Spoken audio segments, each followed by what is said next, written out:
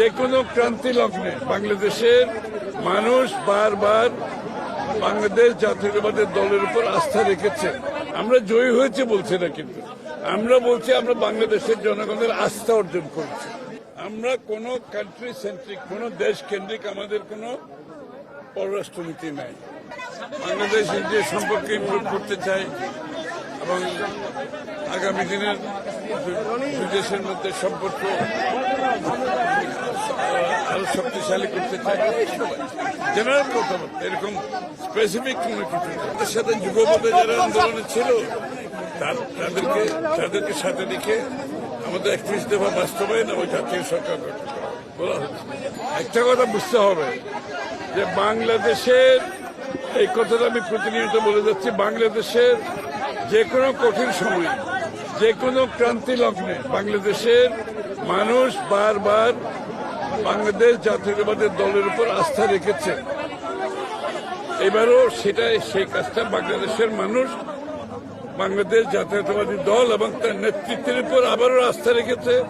বিগত দিনও ক্রান্তি লগ্নে কঠিন সময়ে যখনই আসছে সেটা বিএনপির উপর আস্থা রেখেছে। এবারও তারা তাই করেছে, কারণ তারা জানে একমাত্র বিএনপির মাধ্যমে যে কঠিন সময় থেকে আমাদের উত্তরণ ঘটাতে হলে বিএনপির মাধ্যমে সেটা করতে হবে, বিএনপির নেতৃত্বের মাধ্যমে সেটা করতে হবে।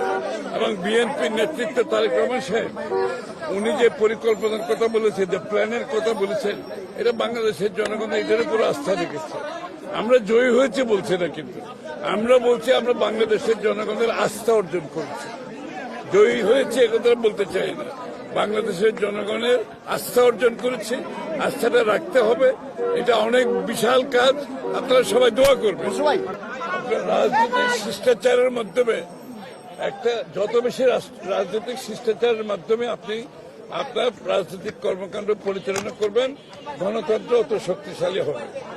এবং আমরা যে গণতন্ত্র, বাংলাদেশের মানুষের রাজনৈতিক, সাংবিধানিক, গণতান্ত্রিক অধিকারের কথা বলছি, সেটা রাজনৈতিক শিষ্টাচার অত্যন্ত গুরুত্বপূর্ণ। সেটার ক্ষেত্রে সেটা সংসদের ভিতরে হোক আর বাইরে হোক, এটা বিগত দিনে সবসময় ছিল বিএনপির। আমরা কোনো কান্ট্রি সেন্ট্রিক, কোনো দেশ কেন্দ্রিক আমাদের কোনো পররাষ্ট্রনীতি নাই।